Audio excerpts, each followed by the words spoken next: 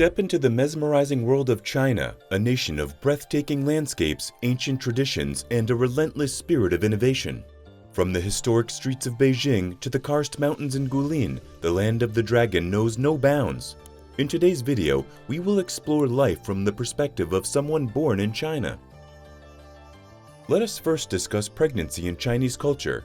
Women take numerous steps during their pregnancy to ensure they have a healthy and happy baby. Women are discouraged from working as soon as they find they are found to be pregnant, believing that any shift of the baby's position might bring harm to both the baby and the mother. Expectant moms are also prohibited from looking at or saying anything unpleasant, and are instead encouraged to look at beautiful and uplifting things in order to pass this energy on to the baby. Chinese women are also urged to consume cold meals when pregnant, since they think pregnancy is a hot condition and that eating cold foods will keep the yin and yang in balance. Yin-yang is basically a philosophical concept in China, where yin is the feminine energy and yang is said to be the masculine energy. They both have to be balanced in order to have a happy and harmonious life. In China, different ethnicities have different opinions about which meals are ideal for pregnant moms. For example, Cantonese ladies do not eat mutton since it has the same sound as epilepsy in Cantonese. Pregnant Hokkien ladies in Southeast China do not eat crabs because they fear it will make the kid misbehave. After the safe delivery of the baby, the mother will then begin a sitting month, which over recent years has become affectionately known as 30 days in pajamas by more modern Chinese parents. The mother will be expected to rest and not do any work including housework, and is put on a strict diet of foods thought to help her body recover. She is encouraged not to wash, as this could make her likely to catch a cold, and should not comb her hair to prevent headaches. She must also wear layers of warm clothing during this month, whatever the weather, as they believe this will stop the mother from catching a cold and means she will not suffer from joint pain later in life. A Chinese tradition that has been practiced for generations, the Red Egg and Ginger Party celebrates a newborn's 30th day.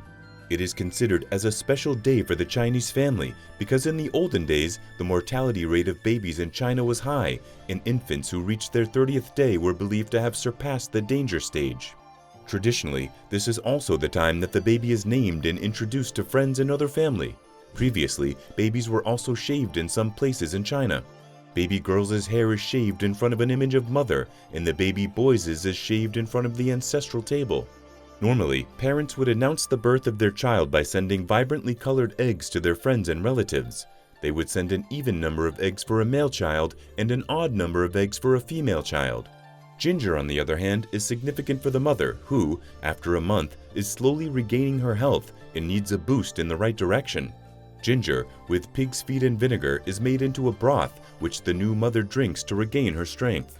At the party, the invited guests present the child with a gift, which is often an item of clothing or money called a lai si that is placed inside a red envelope called a hongbao, which is said to be lucky money. Among the popular gift items from guests include those that have a tiger image in them. The reason is that, in Chinese culture, the tiger is the king of all animals and is believed to protect the babies from any harm. In China, preschool education is mainly concentrated in the urban and developed areas. Usually, children under the age of 6 attend preschool. However, it also depends on the type of preschool. Children aged 3 and younger go to a nursery. Kindergarten is for children between the ages of 3 to 6 years old. Younger children are provided with physical care and basic teaching in nurseries. Therefore, nurses are placed in nurseries instead of teachers. These children are provided with many opportunities to learn to express themselves while developing their intellectual and motor skills through fun activities and games like Chinese balls, bamboo dragonfly, and the Chinese jump rope. Children also learn moral values while interacting with their caregivers and peers.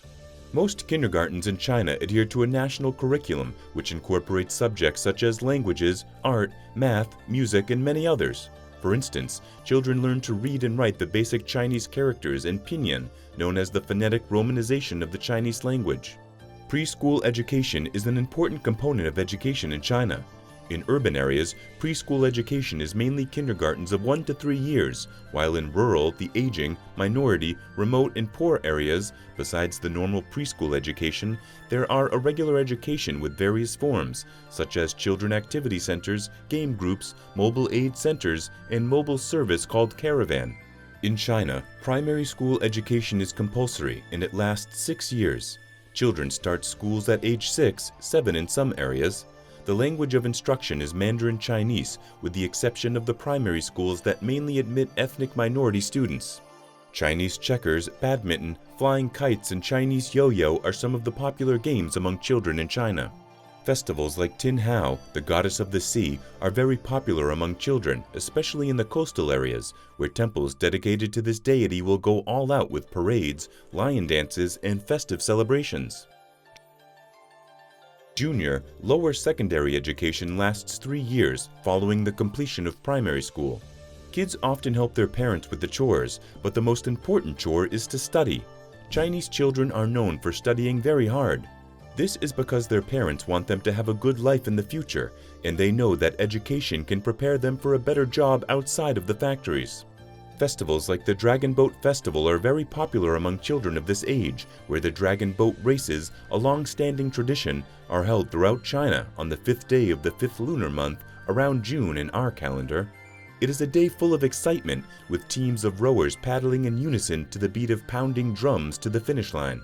After the completion of junior, lower secondary school, students can choose to enter either general, academic senior secondary school or vocational senior secondary school. Senior secondary school is known as Gaozhong, and vocational senior secondary school is known as Zhongzhuan in China. Students wishing to continue their study in the general academic track must pass the entrance examinations for general senior secondary schools, which is also known as Zhongkao in China. At home, children are expected to be well-mannered and obedient towards their parents. Many times, parents resort to punishments.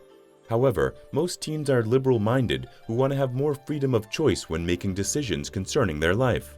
At the end of their final school year, graduates of senior secondary schools seeking admission to post-secondary education are required to take the National Higher Education Entrance Examination, also called the National College Entrance Examination, NCEE, commonly known as Gaokao in China. Teenagers in China understand that a proper education can ensure their financial future and play an important role in bettering family status. Teens spend a large portion of their time at school. It is not uncommon for students to attend classes from 7 a.m. until after 5 p.m. every day of the week. Often, teenagers come home after school with at least an hour's worth of homework to complete. In China, couples date with marriage on their minds. There are no middle stages, no casual dates, and no one-night stands. Chinese relationships are more serious because they want to end up in marriage when they start dating. With the extreme pressure from their parents and the struggles of finding a partner that matches them, they don't have time for casual dates that will lead to nowhere. Because of the culture, young Chinese women's parents and grandparents are the ones that put pressure on them to marry, whether they are ready or not. Elders prefer to marry their daughters to older men because they are more reliable, earn enough money, and usually have a promising future. Above all things, Chinese people place a high priority on marital stability. In the work culture in China, a clear hierarchical structure is highly valued. Respect for authority figures, such as supervisors and managers, is essential.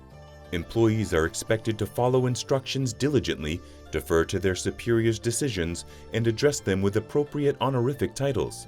Work culture in China is characterized by a strong work ethic and a dedication to professional responsibilities. Long working hours are not uncommon, with many professionals going beyond the standard 40-hour workweek. Work culture in China is often associated with a high-pressure environment characterized by long working hours and intense dedication to work. The concept of 996 refers to the unofficial expectation of working from 9 a.m. to 9 p.m. 6 days a week. This demanding work schedule can result in increased stress levels, fatigue, and limited time for personal pursuits. Professionals in China often face the challenge of balancing their professional commitments with personal well-being. However, building and nurturing relationships, known as guanqi, is highly valued in Chinese work culture. Guanqi refers to the network of personal connections and relationships that facilitate business interactions and cooperation. Marriage, family, and children are also very important in Chinese culture. Because such a large portion of the population lived in rural environments for so long, getting married and having children meant that you'd have workers and be able to create and maintain a homestead. Traditional marriages were arranged by the parents of the bride and groom. Many couples never even met one another until their wedding day. Arranged marriages were prohibited in the 1950 marriage laws. Modern Chinese couples choose their own partners, but many still ask for their elders' approval.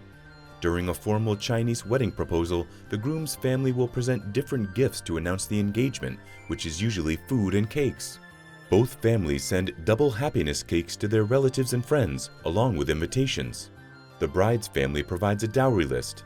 The typical Chinese wedding invitation is red, placed in a red envelope, and usually has gold, vertical wording read from right to left, with the groom's information presented first before the bride's. The invitation also usually includes the following: Chinese calendar dates for the wedding banquet, order of birth and names of the bride and groom, names of the parents, dinner venue, time for the cocktail reception, and time for dinner. The double happiness symbol is usually found somewhere on the invitation. It is a Chinese tradition for the bride to wear a red dress called a qipao and to cover her face with a red veil on the wedding day. In Chinese culture, red symbolizes happiness, prosperity, and good luck. Today, modern weddings call for the bride to wear a white bridal gown and third ball gown throughout the evening. Many modern brides also change into a fourth dress at the end of the ceremonies to send off their guests. Traditional Chinese family values clearly distinguish different roles and rights for men and women. While these are rapidly changing, the original values are still evident on some levels. In the traditional Chinese family, the man is responsible for maintaining, providing for, and protecting his family. He is also given all the decision-making power when it comes to his wife and other family members. He is responsible for supporting his children's education until they are married. In modern families, the family members consult elders about important decisions, but the father no longer has the final say with regard to his adult children's lives. Women have traditionally served in a subordinate position within Chinese culture. Traditional Chinese mothers usually stayed in the home to take care of the children, the home, and the rest of the family.